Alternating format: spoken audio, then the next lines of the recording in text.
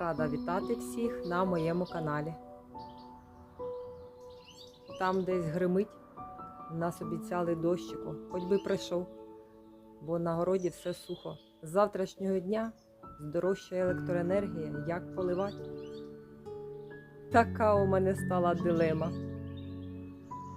Але зілля там дуже так сильно росте. Вже все позаростало. Хочу якось справитися, але це мені дуже важко дається. Дуже втомлююсь. Але жасмин так ввечері пахне, що втому знімає наче рукою.